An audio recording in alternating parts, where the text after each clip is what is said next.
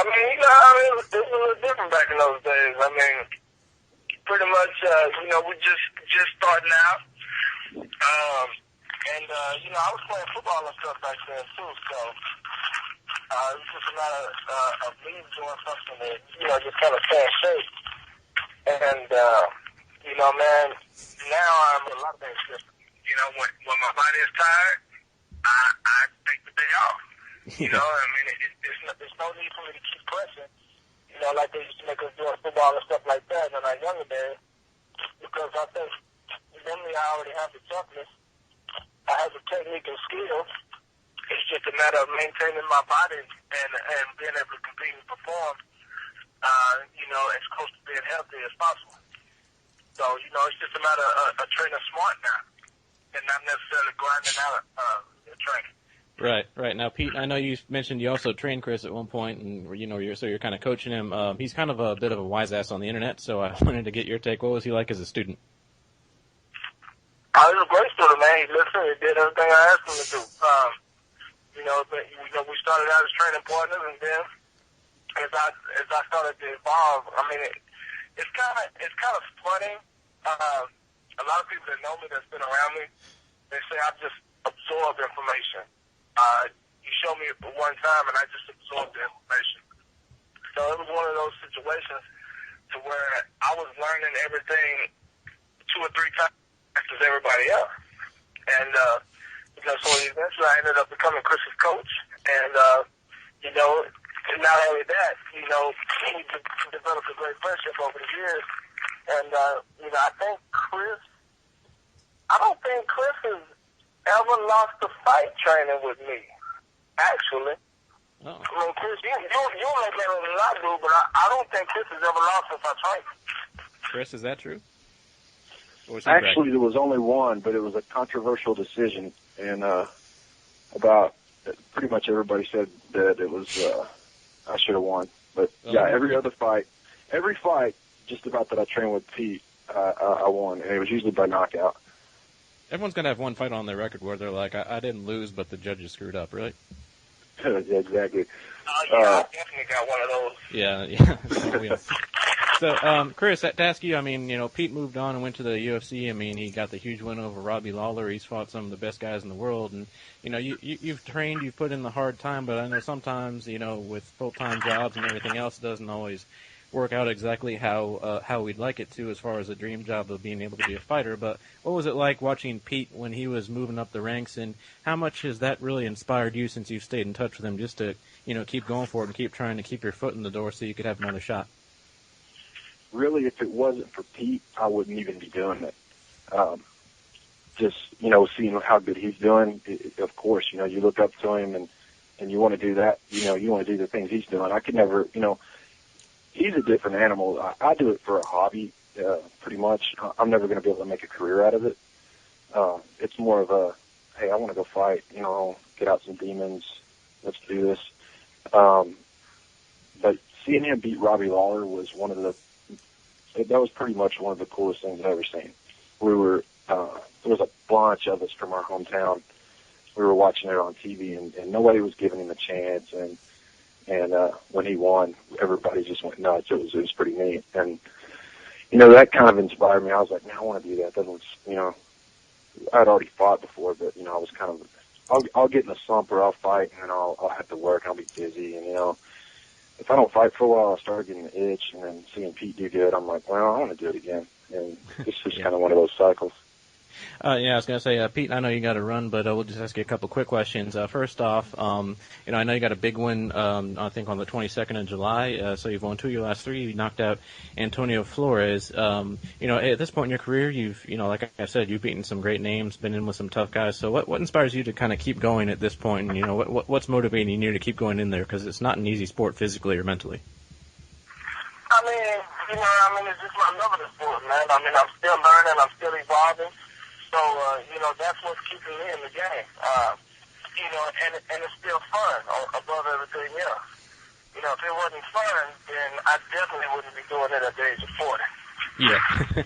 Now, of all the fights in your career, it might be hard to pick one, but what moment really stands out for you? Like when the day comes that you retire and step away, what fight do you think is going to be your most memorable moment? I mean, it's got to be this fight I just had on Friday with that particular knockout making ESPN Sports Nation. I definitely have to say that's probably going to be one that I can sit back and say, hey, I had a fight. I knocked the guy silly and it got on ESPN. Yeah, that's definitely cool. It's nice that they're actually covering the sport a little bit. And Richard, you had something? Yeah, I was just curious, Pete. Earlier you mentioned that there was a fight that you felt was controversial and didn't go your way. I was wondering which one it was. A guy named Cruz Chacon in Denver on the Ring of Fire. And I beat the guy from pillar to post for 3 rounds. And the judges gave him the fight. And come to find out, one of the judges was Kevin Jackson, the Olympic gold medalist. He scored the fight for me. And then the other 2 judges, one was Cruz's training partner, and the other judge was his manager. And I remember the pictures of the fight because Cruz's blood pretty much covered the entire ring. He had cuts on each eye, on his nose. He was cut up. I mean, he beat the tar out of him, and it was obvious who won. I remember that fight. Yeah, well, Pete, I don't know what you're whining about. That actually sounds pretty fair. But on a serious note, since you've known Chris for so long and he's got a fight coming up, he's going to be on national TV on HDNet. So, you have any advice for him or any words of encouragement? No, just go out and do what he was taught and do what he does, man. I mean, Chris is a tough guy. He'll get out there and he'll put on a good show. That's the thing that I like to take from all my fighters, man, is that they get out there and they provide a good show. Hoping to follow in my footsteps because, I've never been a boring fighter. That is for sure. All right. Well, Pete, thanks for joining us because we really appreciate, talking to you and talking about your early days training with Chris. But thanks a lot, and we'll let you go, and we'll keep talking to Chris about his fight. But have a good one, and we'll talk to you next time. All right. Appreciate it. Thanks, guys. Thank you. Okay, so Chris, back to the more important things. You got a King of the Fit Cage fight coming up. Like I said, it's going to be on HDNet. I was wondering, is this going to be your first time on a nationally televised bout? And, how do you feel with, having that kind of spotlight on you this time?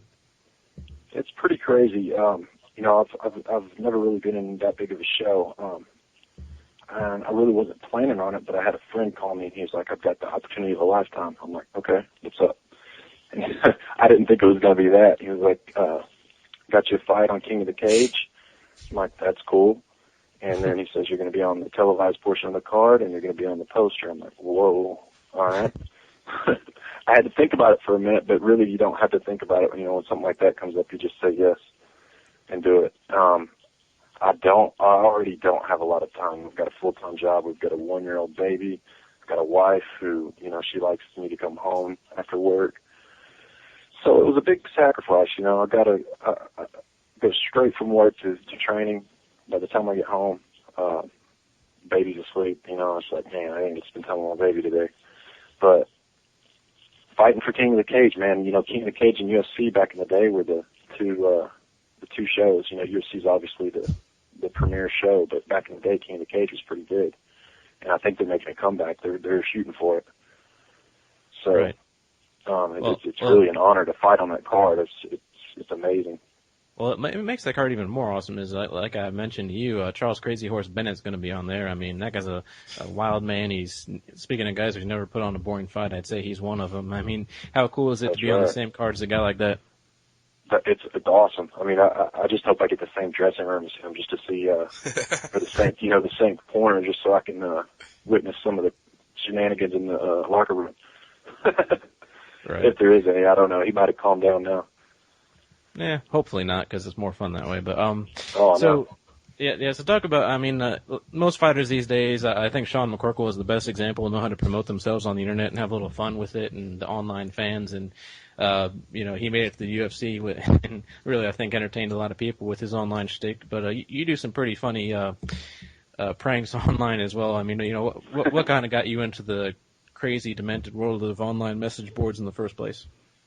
Well, I've actually been on the underground since probably '99, and I've always been, always been kind of a prankster on there. It's just kind of get my inner goofiness out on the internet.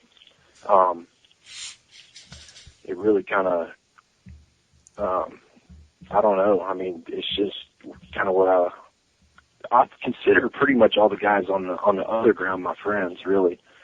So I like to entertain people and make people laugh. So whatever I can do to do that, sacrifice my humility or whatever I have to do. Speaking of which, I just like to have fun. It's a lot of fun. Speaking of which, are you doing the show naked like you promised? I am. Oh, excellent. Fully, or what would you call it? I'm naked. Fully nude? Yeah, I'm just in my boxer shorts because I just finished a workout, so that's pretty hot. So cool. Richard, you want to go and maybe make it a little more manly? I'm actually wearing, pants, shirt, and clothes, so I'm sorry to break up the fun. But, I was just wondering, you say you like to have fun on the forums and everything. I mean, you said that MMA is never really going to be your full-time job. Do you have the same approach to fighting? I mean, is it something you want to go out and have fun and entertain the crowd? Yeah, I mean, I'm not ever, you're never going to see me try to pin somebody up against the cage and dry hump them for 3 rounds. That'll never be me. I'm trying to knock somebody out. And I'm kind of, the people were talking about kill or be killed fighters. That's pretty much me. I'm going to go out and go all out. I'm trying to knock somebody out with either a punch, a kick, or a knee the whole time. So, if I can entertain the crowd, that's more fun to me than anything. Right. I don't have any big aspirations of being a UFC champion. It would be awesome to fight in the UFC. That would be it'd be really cool if I could, if I win here and I do good and I don't take any damage, I'll take another fight, keep taking fights. And if my body feels good, I'll keep fighting. My last fight, I had a torn rotator cuff through every MMA fight I've ever had. And I didn't know about it. And the last fight, it started hurting during training. And I was like, so I kind of got one of those cortisone shots in my shoulder. Well, I kept training, and after the fight, I was punching this dude with my right hand. And after the fight, 2 days later, I couldn't pick my arm up. And I was like, So I went to the doctor, and I had a complete tear in my rotator cuff and my bicep tendon. So I got that repaired. And, those take like 9 months to get over. As soon as I got that fixed, I go in the gym, I'm getting ready, I'm getting back into it. And I popped my back. I got a bulging disc in my lower back. And I'd had problems with my back before, but I really did something to it this time. So pretty much the last couple of years, I've been injured. Yeah. So I was just thinking, I'm done. But really I feel great. I mean, I haven't had any problems in at least a year. So, 6 months I felt great. So, see what I can do. Right. Okay. And we're running out of time, but real quick, your opponent, Sidiah Parker. What do you know about him? Do you look at film at all, or do you just kind of go out there and? I watched a couple of videos of him, and they say he likes to stand and brawl. And from his videos, that's what he did.